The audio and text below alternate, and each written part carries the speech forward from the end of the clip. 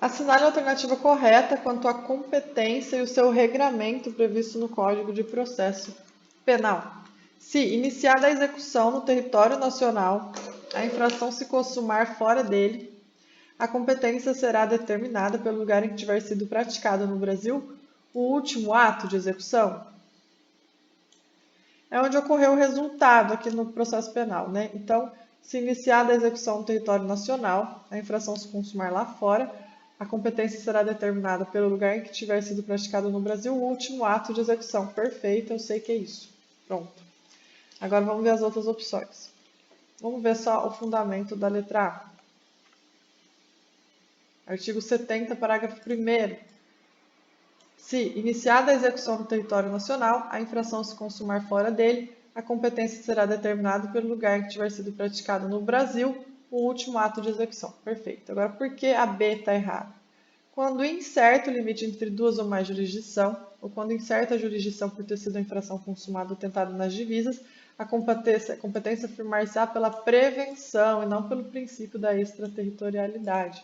Então, é incorreta, pela prevenção nessa incerteza entre dois territórios limites. Não sendo conhecido o lugar da infração, na casa do réu. Lembra? Não sendo conhecido o lugar da infração, vamos processar na casinha dele. Não é pela prevenção. E letra D, nos casos de exclusivação privada, o querelante poderá preferir o foro ou residência do domicílio do réu, salvo quando conhecido o lugar da infração? Não. Na ação privada, ele pode escolher o domicílio do réu mesmo conhecendo o lugar da infração, tá? Vamos lá. Como dito, se iniciada a execução no território nacional, a infração se consumar fora dele, a competência será determinada pelo lugar que tiver sido praticado no Brasil o último ato de execução. Ok. B, é esse aqui. Quando incerto o limite territorial entre duas ou mais jurisdições, ou quando incerta a jurisdição por ter sido a infração consumada ou tentada nas divisas de duas ou mais jurisdições, a competência afirmar-se-á pela prevenção. E C, não sendo conhecido o lugar da infração, a competência regular-se-á pela prevenção. Não, peraí. Quando incerto não é extraterritorialidade, é prevenção.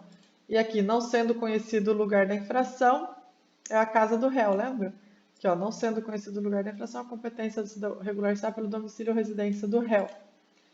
E essa última aqui, salvo os conhecidos lugar da infração, que vai ser o domicílio do réu, tá errada, porque fala assim, nos casos de exclusivação privada, o querelante poderá preferir o foro de domicílio ou residência do réu, ainda que conhecido o lugar da infração.